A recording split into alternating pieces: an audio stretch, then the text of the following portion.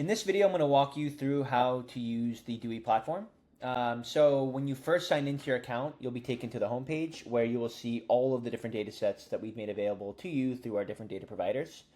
You can browse the homepage, or you can use the search functionality to look for a specific data set that you're interested in. You can also use category filters to search based off of specific keywords or categories. And then we also have a data provider search if maybe you already know what data provider you're interested in. So if I click on a data provider like RentHub, and then I click on a data set, I will be taken to the dataset listing page. Over here on the left, you'll see all the different data providers as well as the data sets. I can click on any one of the data sets and see the different data that's available and the relationship between the data sets. I can also use the search functionality in here if I'd like to. But on the dataset listing page, you will see the summary, collection methodology, observation level, and then the citation, which you can copy and paste when you need it. We have the data highlights over here on the right, including the geographic and historical coverage, and then the DOI itself. And then we also have important relevant links to support. So the documentation link here will take you to the actual docs page for this data set. Each data partner and each data set has its own page. You can always find the FAQs for this data partner here as well.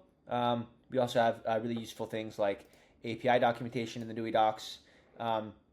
That is going to be really useful when it comes time to actually use the API to download data.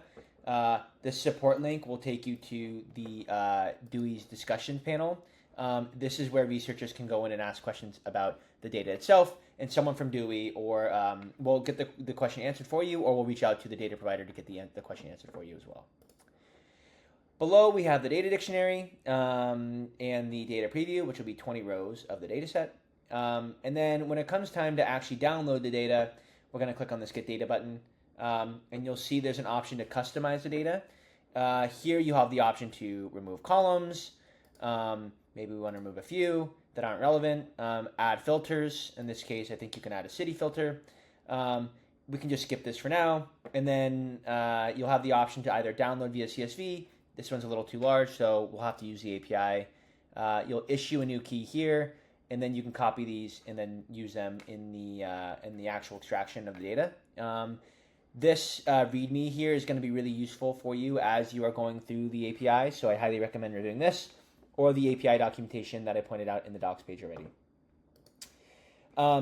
Finally, you can always save a data set. This one's already been saved to my data sets, so if I navigate to saved, you'll see I have rental data and all the other data sets that I have either customized or already saved. We also have this concept of teams in the Dewey platform. So when I create an account on Dewey, I can invite others to my team. So maybe I want to invite another user to the team. We'll go ahead and do that, and I'll invite them, and then we can send it. And then over here on pending invitations, you'll see those who have not accepted their invitation. They'll get an email when they're invited and they can accept. And then you'll see these different roles. So I am not an admin, so I don't have the ability to approve a downloader. But admins and downloaders are those who can actually access the data. When an admin approves or changes a user's role, a Dewey team member will approve that request, and then that user will have access to the data. You can see I can be on multiple teams as well. So I have this NYU users team, or maybe this Dewey University team, which will have a bunch of different downloaders. In this case, I am the admin, so you'll see I can go in and update the role if I want to and change it maybe just to a member.